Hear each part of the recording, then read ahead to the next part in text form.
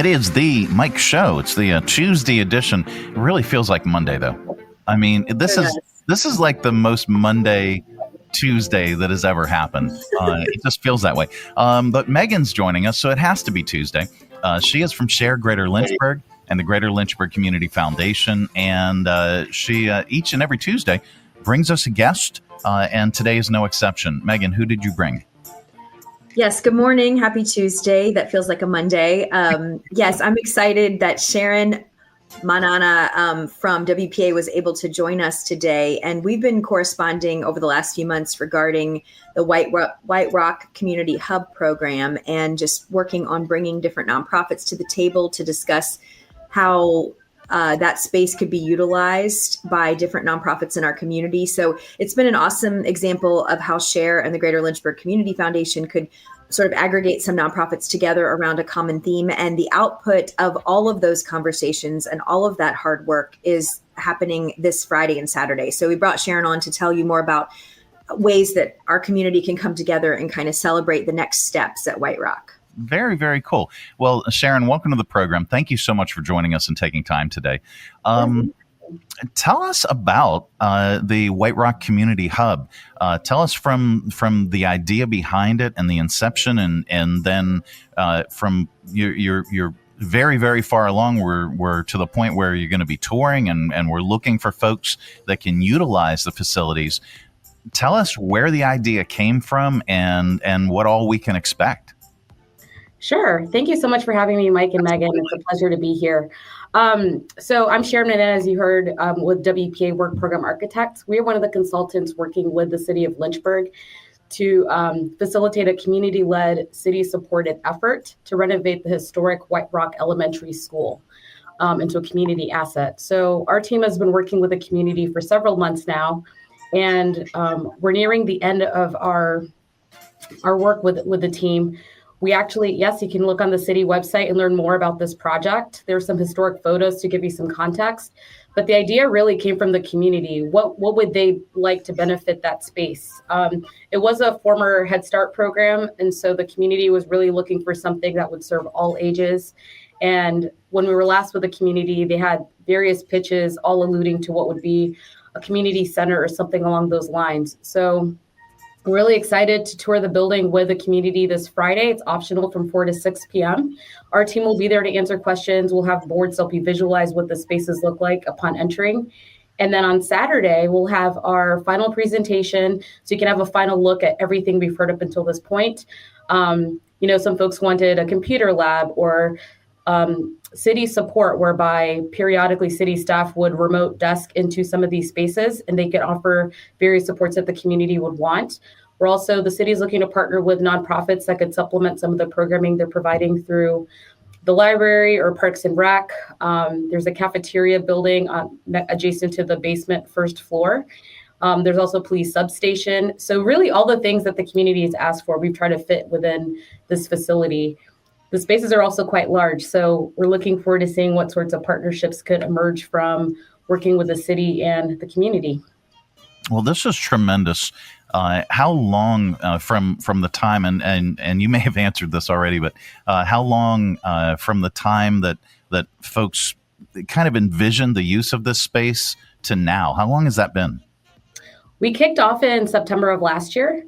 Okay. And our team, we literally went door to door and just tried to get the community excited about the possibilities. We also went to, regular meeting spots where people hang out and just say, hey, we have some ideas. We want to hear from you. Some folks couldn't make our community meetings, which was totally fine. That's why the door-to-door approach works really well. We still elicited their feedback and shared it back with the community. So every time we come, our group gets bigger and bigger, and we're expecting a big turnout this weekend. Well, this is tremendous. And what all can we expect on day of, and what all can folks take advantage of? Absolutely. So leading up to day of is that optional tour just to visualize the spaces, because in our presentation, we're going to focus on what each floor will look like more in a more detailed version. So as you walk in, you'll see this cafeteria building with kitchen equipment that's actually in really good shape. You'll enter through that first floor. You'll see the police substation. And then we have some programming on the first floor with the hot desking, like I mentioned. And then the city The library and Parks and Rec also have some programming that supplement a lot of the ideas the community had. And the next floor above that, you'll have opportunities for nonprofits to either have a landing place or a satellite or something along those lines. So we're really going to visualize everything we heard from the community on the presentation day. And then we'll celebrate at the end with some food and refreshments. So it'll be a big celebration. Nice. About how many folks have in your research, about how many folks do you feel will utilize the community center? Well, it's situated right in the center of the community. So we envision, anywhere from 50 to 100 or more. The space can certainly hold quite a few folks, but it's really intended to be for all ages. So grandparents coming with children, young families coming together. We're hoping to have community gardens and just assets that really benefit the community in a big way. So all of these ideas came from them. And again, our goal is to just make sure we're bringing that vision to life. But it's going to be heavily used, we imagine. That is awesome. And Mike, one of the things that I've loved about listening into a few of the conversations is just the collaboration over competition aspect of it. And, that's one of the things that we at SHARE really advocate for is combining resources and not having to duplicate new programs all over the city, but being able to have landing spots for different nonprofits to be in the space and maybe do some extended programming, because there really isn't a need for necessarily brand new nonprofits or, in this space. It's just how can we expand the reach of really great programs that are already underway and also create a home base for organizations that may need a place to land, who are operating out of a coffee shop or in a more mobile way. So I see it as really answering an ongoing need that we have in our community rather than trying to stand up a brand new nonprofit for the first time. They're just leaning on the expertise that's already in the community.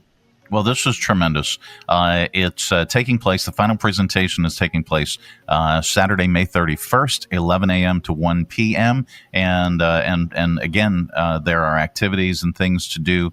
You can tour the building, take advantage of it, and we'll link this up. We'll link up the city page as well as your Facebook page up on this broadcast on our Facebook page at the Mike Show VA. Thank you so much. Absolutely. And thank you for taking so much time today. We really appreciate it. Megan, so what all is going on with SHARE? Well, we're gearing up for a board meeting next week at the Greater Lynchburg Community Foundation, in which the board approves all the final recommendations for our spring grant cycle. So in the next week and a half, we should be hearing about where all the spring competitive grants have been awarded, which is always a really exciting time, as well as the $100,000 Century Fund. So it's just a really thrilling board meeting to be at, because the committees have been working so hard, and we get to kind of make that final recommendation and approval process from those committees to hear that. So you'll be hearing some announcements coming out from the foundation. And we also have the Dennis Carter Athletic Scholarship Fund golf tournament coming up on the 5th. So that's been rescheduled from May because of weather. And we still have some golfing spots available at London Downs. And that's an afternoon into evening golf opportunity that's launching a brand new athletic scholarship. And speaking of scholarships, we've been busy going to the different high school graduation scholarship opportunities, just awarding the different scholarships that have come out of the Greater Lynchburg Community Foundation. So it's been a busy season for GLCF overall, and certainly an exciting time to be announcing some of those bigger grants that are coming out of the foundation. But things are hopping over there. You'll be looking for some press release and things coming out. And then on the SHARE side of things, we just have the standard lunch and learns and executive director luncheons. And of course, we'll be at the White Rock event this Friday and Saturday just to hang out with our nonprofit friends. We still have 189 different nonprofits. We do have a summer camps and youth page there that you can access from the homepage. It's just an aggregation of all of the summer camps that are going on in the region that are tied to one of our nonprofit partners. And certainly many have filled up for the season because school does end in 7.5 days for Lynchburg City. My kids are counting down every minute. Oh, I am fully aware. Our youngest is just counting the days, minutes. 7.5. Yep. They're going to do the rings, the paper rings to tear off like we do countdown for Christmas soon. So anyway, SHARE is a wonderful resource to find, over 100 ways to volunteer and wonderful events coming up in the community. This is a big time for spring and summer events. So make sure if you're a nonprofit, you get those up there. We have job opportunities and board opportunities. And all of this content from this interview will be, listed in our blog that will live on the site as well, and in our newsletter coming out this Thursday. So lots going on. Absolutely. And if you are part of a nonprofit organization and you are not on the SHARE platform, please get in contact with Megan Huffman because you need to be. The SHARE platform is absolutely positively free, and there are so many ways for folks to connect, volunteer, attend events, and shop for these nonprofit organizations right from the SHARE platform. You can learn more at ShareGreaterLynchburg.org, and you can learn more about the Greater Lynchburg Community Foundation by visiting lynchburgfoundation.org. All right, folks, thank you so much for taking time today. We really appreciate it, and good luck this weekend with your unveiling event.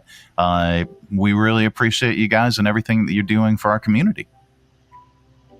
Thank you so much. It's very nice to meet you, Mike. And absolutely. Thank you, Megan. Yeah, thanks, Sharon. I appreciate you joining us today, and look forward to seeing you this Friday and Saturday coming up. Wonderful. Very cool. It is The Mike Show. Coming up a little bit later on, we have your audio vault. Stay tuned for that.